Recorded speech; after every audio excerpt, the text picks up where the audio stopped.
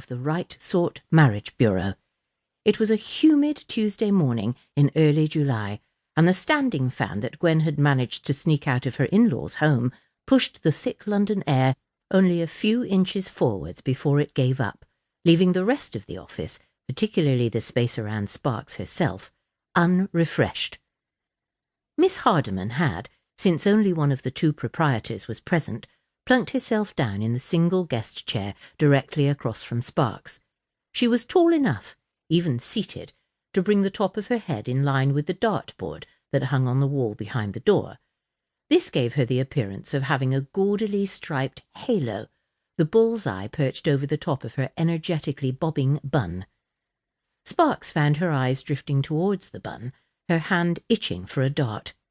"One moment," she said, taking the surviving portion of her pencil and sharpening it. She licked the point when she was done, a habit left from childhood. "Right," she said. "Ack, girl. Any success?" "Two confirmed, shared a third," said Miss Hardiman. "Do you know that we were the only women in the services who actually killed the enemy?" Not the only ones, thought Sparks, maintaining her bland expression. "How about you?" asked Miss Hardiman. "How did you spend your war?" "Who do you work for?" shouted Carlos, his hands around her throat, her own scrabbling for the knife under the pillow. "Clerical work," said Sparks. "Nothing as exciting as what you did." "But essential, I'm sure," said Miss Hardiman, with more than a touch of condescension. "Every cog in the machine matters," said Sparks. "Is it odd to say I miss it?"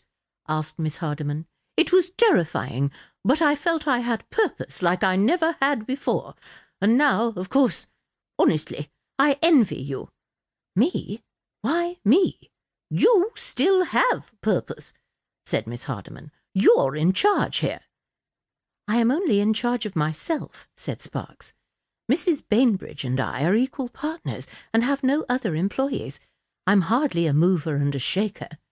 "But you run your own show, with no ridiculous men to boss you about," said Miss Hardiman. "That seems like paradise, in a way."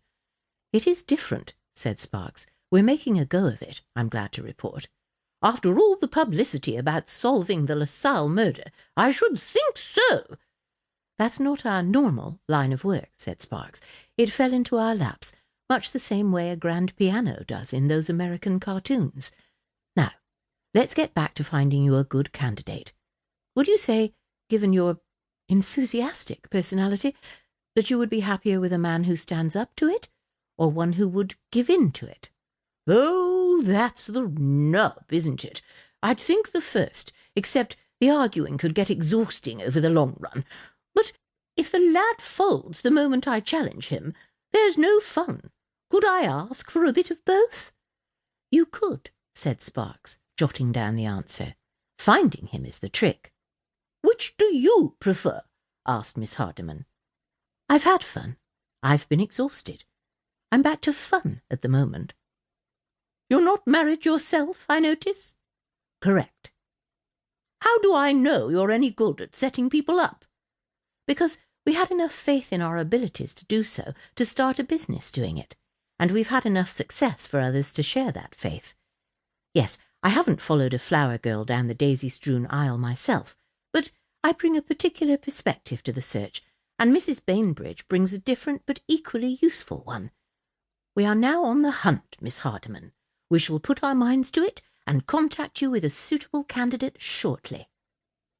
Maybe one who's hard of hearing, she thought, as she rose to shake Miss Hardiman's hand.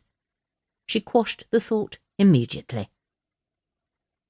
Iris was in the middle of typing up her notes when Gwen returned, waving a pair of keys dangling from a metal tag.